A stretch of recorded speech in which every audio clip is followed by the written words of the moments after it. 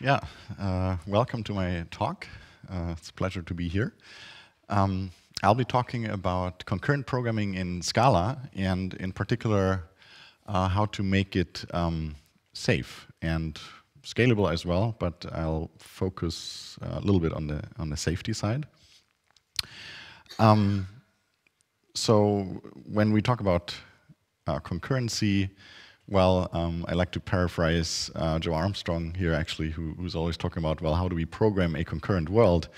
And indeed, concurrent programming, in a sense, is about, well, how can we compose our programs that have to handle asynchronous events or streams of asynchronous events or distributed events, and essentially we want to find programming abstractions that lets us do these things in a good way, in a way that's scalable, makes it easy to make our programs correct, and so on. Right? So programming, in my view, is a lot about the abstractions that we use and composition. And in this talk, I'm gonna focus on Scala. So who of you has heard about Scala before? Okay, most people. Who of you has used Scala before? Okay, good. Right, so I'll give you a very brief introduction to Scala. It's a relatively young general-purpose programming language, which is special in the sense, or in the way it integrates object-oriented and functional programming. It's a statically typed language, so similar to Java in a sense, but it has a much richer type system, so we can express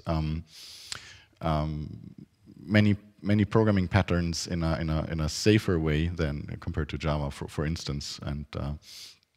But it also has a fairly lightweight syntax. So Scala programs, they can look like Python programs sometimes, because a lot of the types are actually inferred by the type checker. So that makes it fairly lightweight. And we have two main compilation targets. On the one hand, the JVM, which is the main target that's been there from the very beginning. But we also have a JavaScript backend, which is now also stable and sees a lot of adoption as well. And what's special about these backends is that we're not just producing JVM bytecode or JavaScript, but this is all done in a way that you can interoperate with existing Java code or JavaScript code without glue code, right? So you can directly, let's say, instantiate a Java class or extend a Java interface and so forth. And it actually goes both ways as well. So you can, from Java, you can instantiate Scala classes and so on, extend them. Yeah.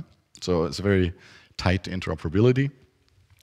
From the performance standpoint, roughly what we can say is that if you compile to the JVM, the programs are as fast as Java, essentially. Scala is developed as an open source project, so it's a fairly large project which has a lot of people supporting it. On the one hand, EPFL, one of the main technical universities in Switzerland, which were originated also, and but then we have companies like Lightbend that do commercial support and development, and we also have fairly new a Scala Center, which is it's basically like a non-profit foundation, which has a number of important companies backing the center, and that develops libraries and tools and so on that are of general importance. So, and of course, I need to also talk about rankings if we talk about languages. So here's one ranking that's particularly good for Scala, because it basically it looks at how often a language is tagged on Stack Overflow and how many projects on GitHub are using the language as the main language. And this is actually kind of an interesting chart here, and of course it's really specific, but these are still sort of fairly widely used platforms. So Scala is actually fairly high up here, up there with Perl actually.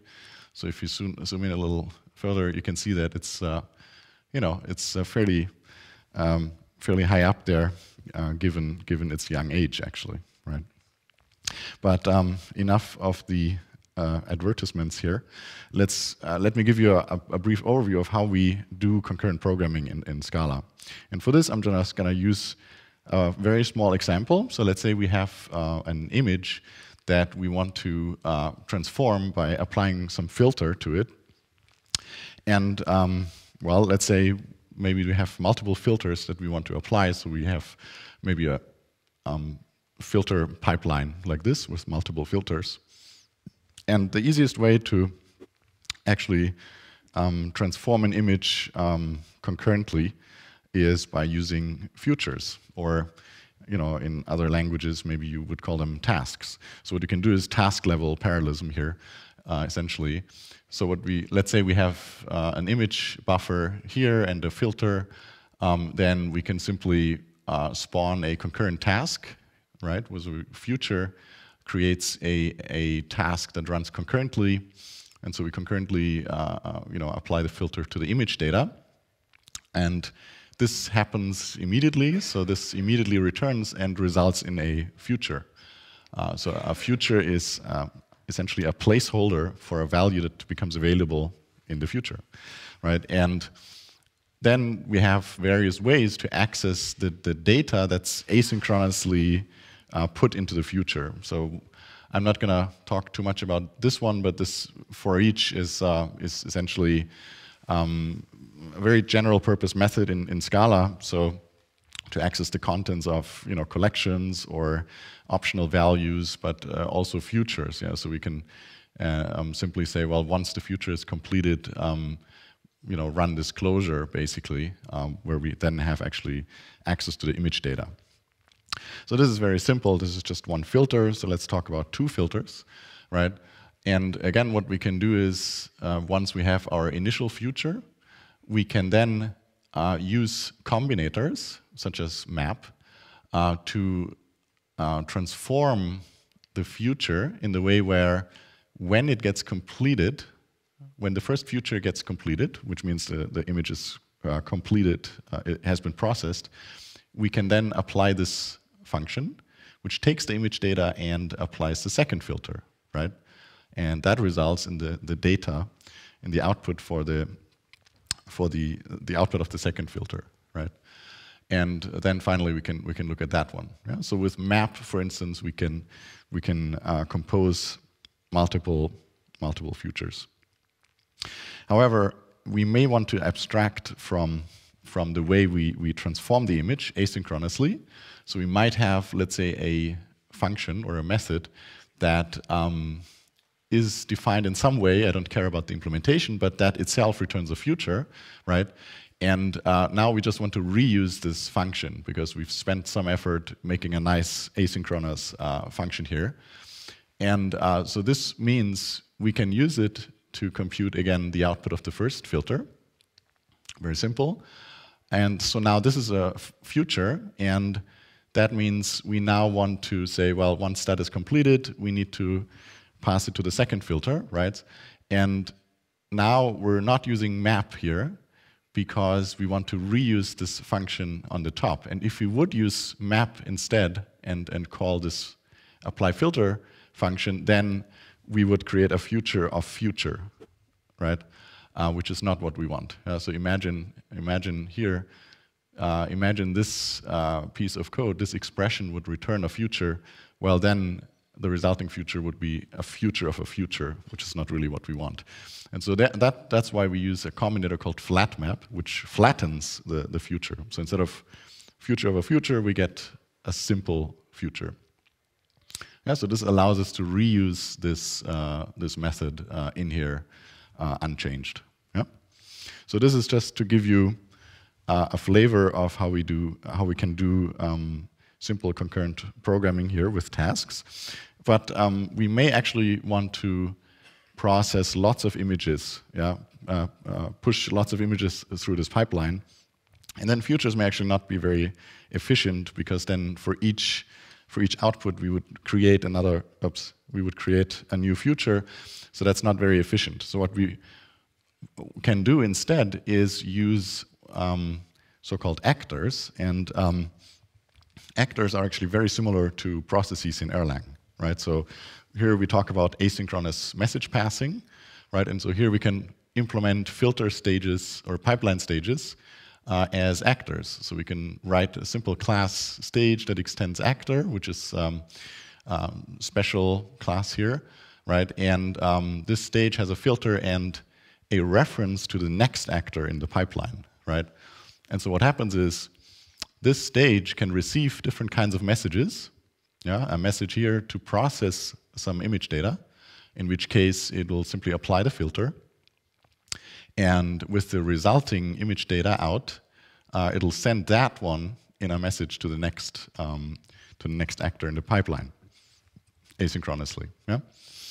Or we could also understand a message that says, you know, stop yourself. We don't need to use this pipeline anymore.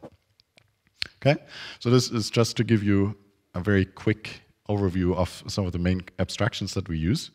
But more interesting is perhaps the question, you know, is this all built into Scala, right? I've shown you examples that use syntax that is certainly not available in languages like Java. So the question is, well, how is that realized? Yeah?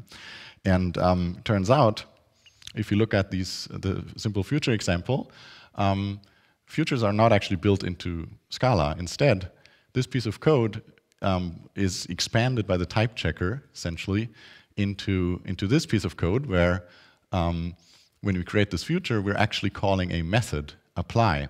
And this method takes as an argument this block of code.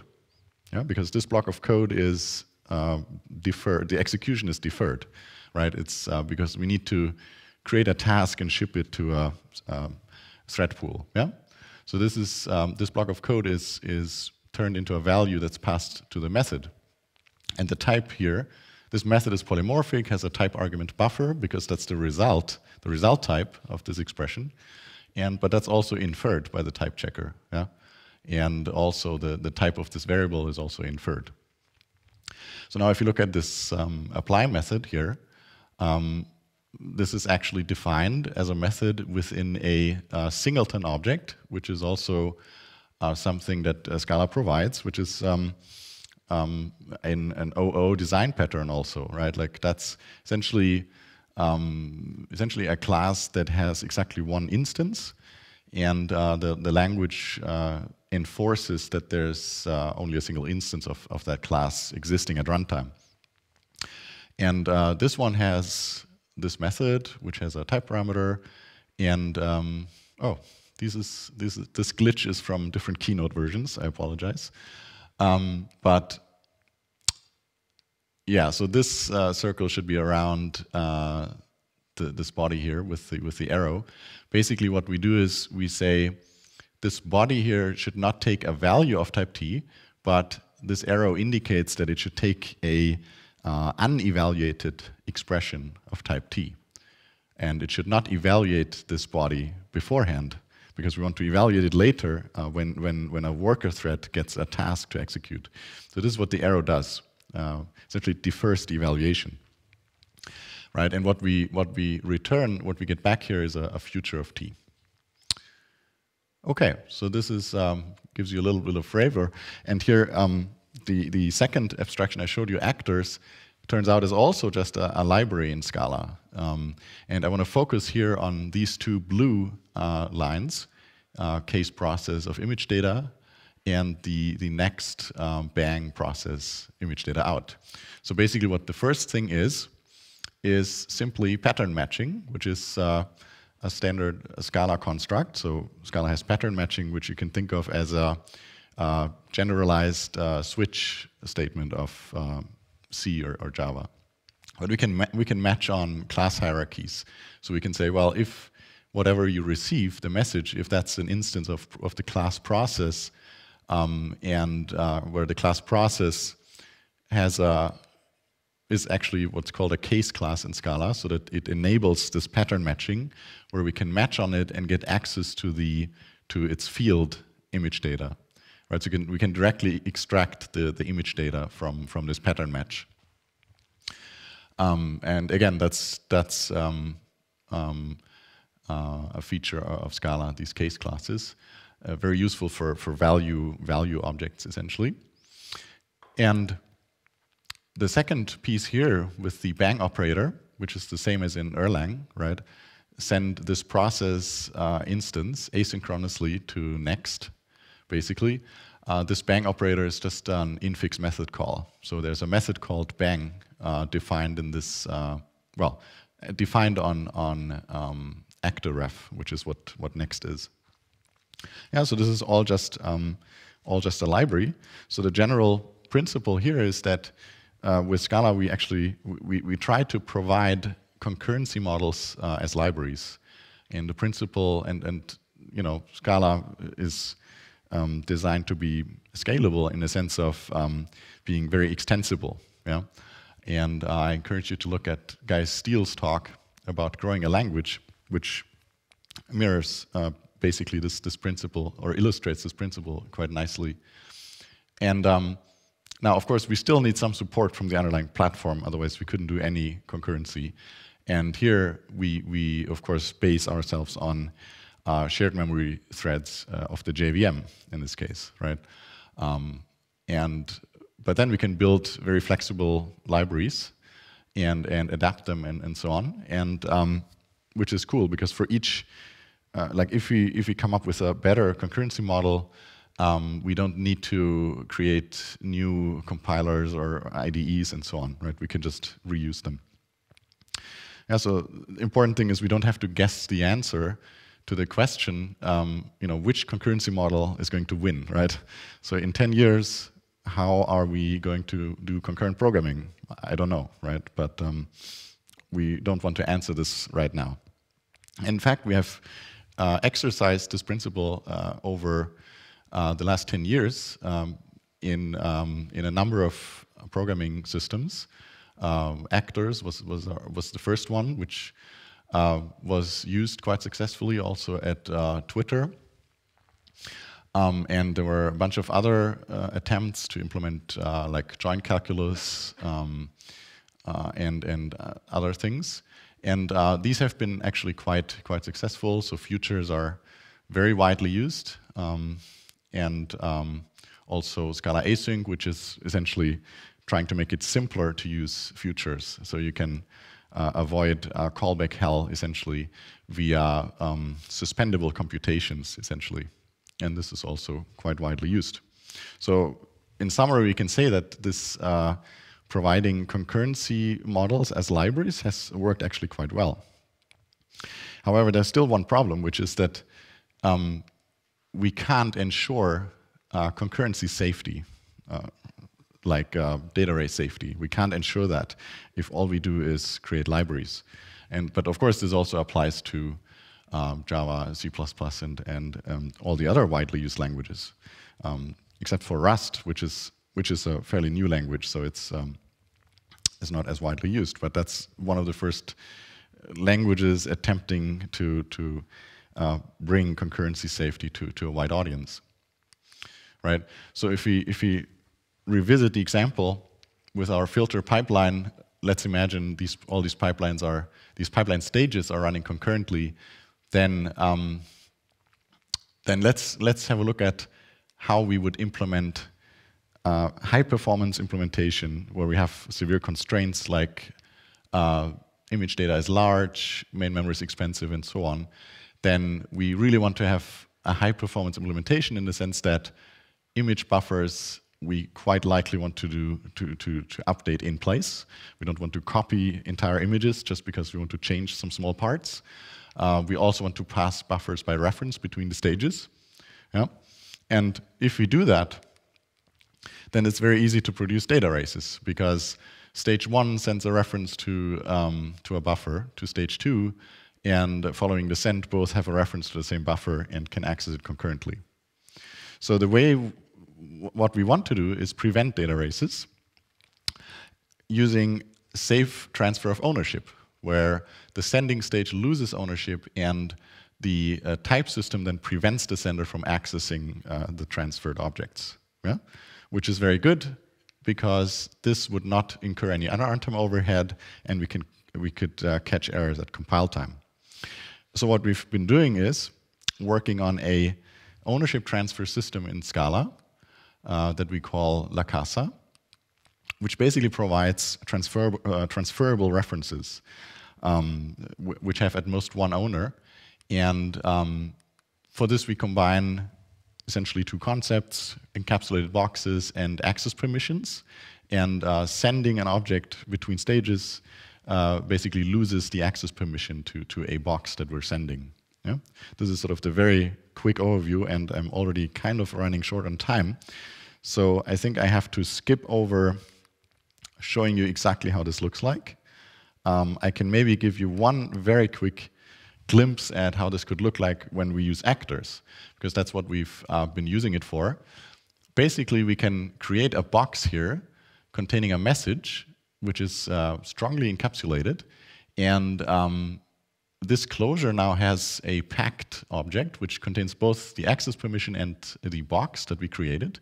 And then we can transfer the box to the other actor, and in the continuation, basically, this access permission is no longer accessible. Yeah? This is very quick overview here. But what I want to point out is that we've tried to evaluate our system on open source projects on GitHub here.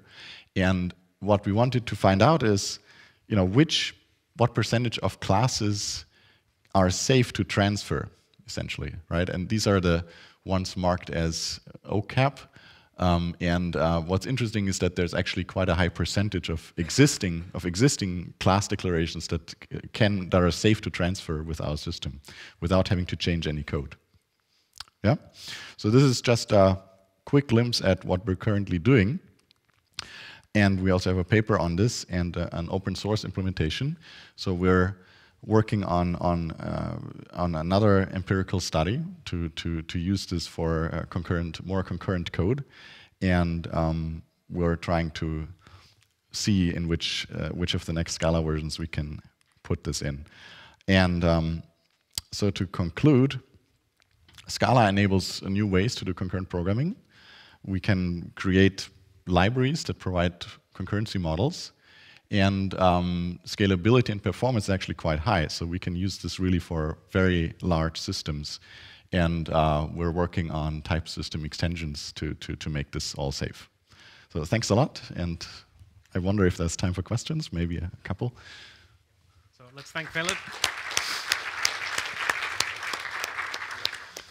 So do we have any questions for Philipp? Peter? Yes. So I'm not sure I understand. So